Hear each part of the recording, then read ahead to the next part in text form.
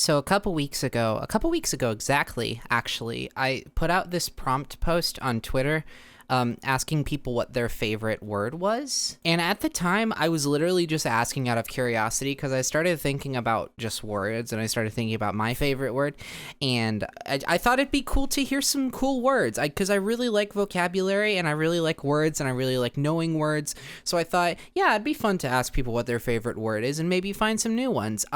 And I wasn't planning to make it a video or anything, but then I was just sitting here late at night and I was like, hey, it'd be fun to go through and look at all the definitions for these because I haven't actually sat down and looked at all of these. And I thought I'd record it just, you know, on a whim. So I started saying, hey, what's everyone's favorite word? Mine is quintessential or any variation of quintessence, which is true. That is my favorite word. And if you guys don't know what that means, oops, sorry, I bumped the microphone. Let me look it up for you. So quintessential is an adjective that you add to something to have it mean that it is the most perfect or typical example of that kind of thing. So if you were saying, oh, this vacation is a quintessential disaster, that would mean that you are experiencing a vacation that is literally the most intensely, like,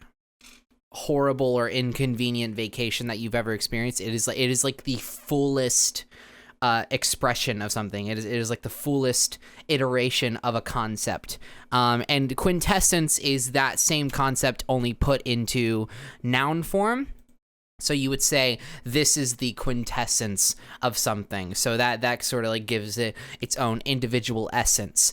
So those are my favorite words, and I don't really know why they resonate with me so much. I think I just they're fun to say, quintessential or quintessence. Like it's really graceful. And it has like a really nice feeling to it, and I really like saying the words, but also I really like the meaning because I really like the idea of something just being so pure and unfiltered, like something just being the most of something, if that makes sense. So I really like these words. These are my favorite words. At Night in Gem, that's my friend Patrick, said serendipity.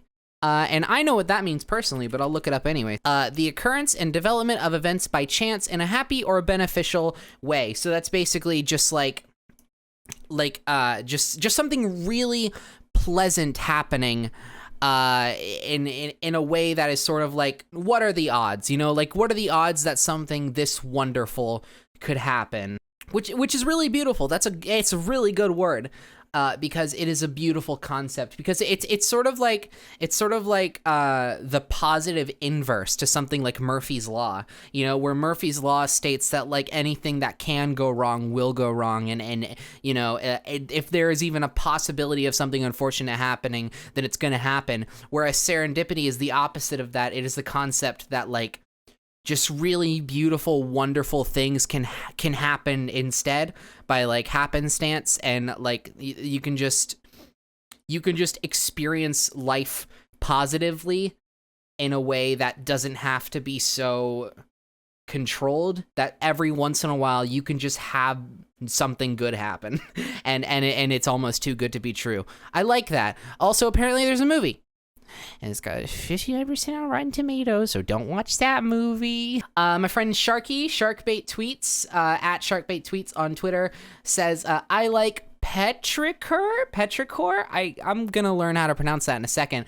They say, I like blank word because it sounds like some fantasy bullshit, but it's just the rain smell. So let's look that up. Petrichor. Petrichor? It's a pleasant smell that frequently accompanies the first rain after a long period of warm, dry weather. I like that. I don't like the thing in and of itself.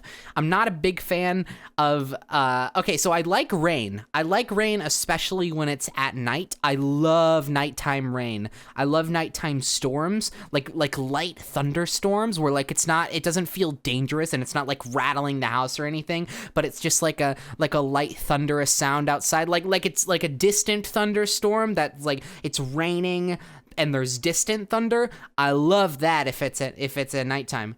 But even during the daytime, I can appreciate rain and how sort of chill and calm it can be.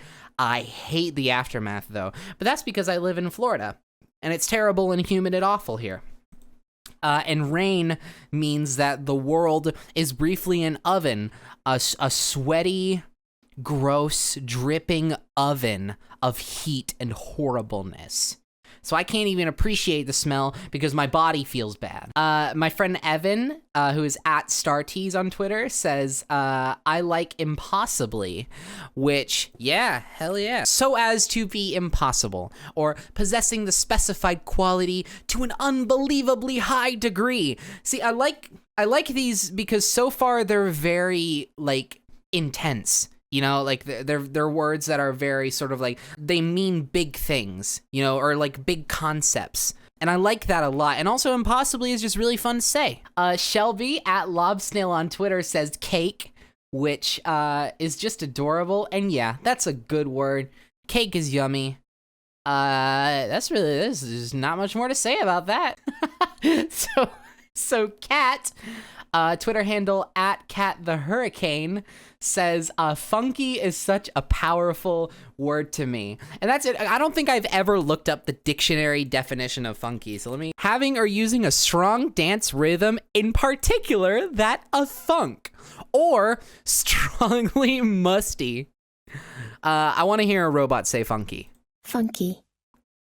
That was the cutest robot I've ever heard in my life, and I don't know why this wonderful person was made to say funky. The Moon at Sapphic Winter says, ours is melancholy. It's a beautiful word in our opinion and fits our aesthetic.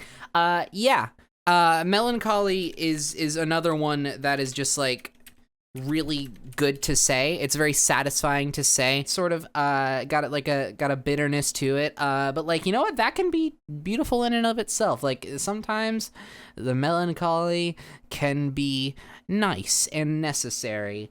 And it's good. It's good. It's good to say melancholy. How does the robot say it? Melancholy. Oh, that's boring. I just remembered Megamind, the movie, the DreamWorks movie Megamind, and there's a part in it where Megamind says melancholy, only there's a running joke in the movie about how he can't pronounce words correctly, or like he just chooses not to. It's never quite clear, but I'm waking up in 5.5 hours, that's not true! But either way, he says melancholy, and I really enjoy that. Emerald says kerfuffle, which yeah, it's such a fun word. It's like, it's really cute. A commotion or fuss, especially one caused by conflicting views. So it's more like kerfuffle. It's funny because it sounds like a cartoon, like slapstick fight, like how you would explain like a Tom and Jerry set piece. Like I would like if I saw those two fun little animals running around the house and beating each other with hammers, I would say they're having a kerfuffle. But it seems like the dictionary definition is more like verbal conflict. Like ideologically conflicting and fighting, which is really interesting because that it doesn't sound like it. It's too silly. If I walked into like here, just using their example, a chairmanship meeting, and I was like, you know what?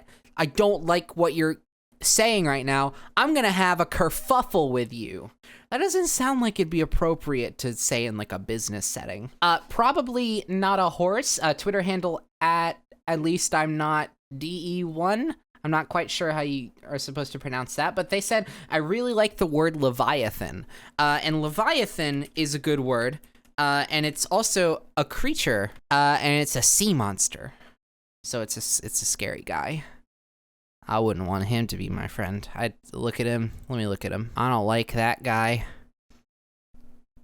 Makes me feel like I'm in danger. This painting was done by G-Boy. Oh my god, Logan, Twitter handle at the Hollow Kid, gave us a bunch of words to go through, so let's do lightning round. Cryptid, cleaver, tool with a heavy broad blade, used by butchers for chopping meat. I almost read this as meathhook, but it's meat hook. Goblin, nightmare, vibrant, vibrations. Last but not least, sploosh. Chris Knackle, at CS in Knackle on Twitter, says pleasantries is a nice word, which it's true. It's also a nice concept. Pleasantry is an inconsequential remark made as part of a polite conversation or like a mild joke. So it's just two people or more just chilling out, having a good conversation, saying some good words to each other. That's some good stuff right there. I like that. Pleasantries. I'm having some pleasantries right now looking at these words. Bonafide artist at _whiteheart_7 on Twitter says, I kind of like juxtaposition. And yes, me too.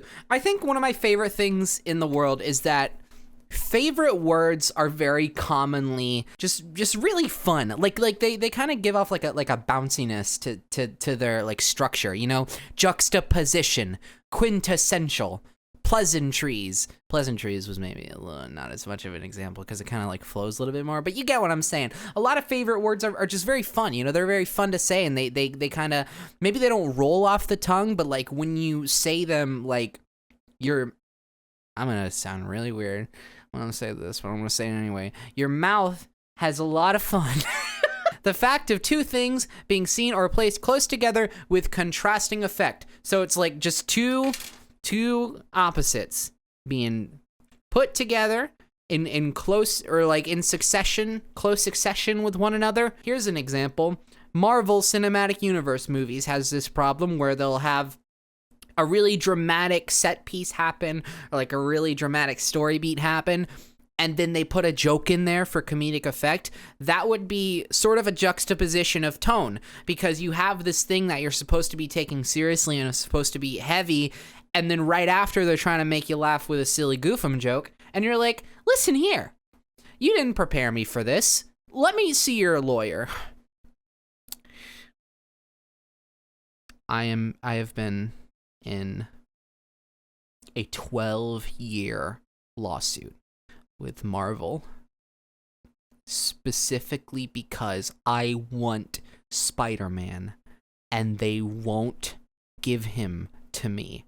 I have tried and tried again. I come up to Stan Lee's door and I said, give me that boy now. And he said, Excelsior, no! I love this one. This one comes from Icy Dragon _94 on Twitter, and they said infinitesimal. Second favorite is probably cheeky. I'm gonna focus on not even infinitesimal, infinitesimal. That is a fun one. Extremely small.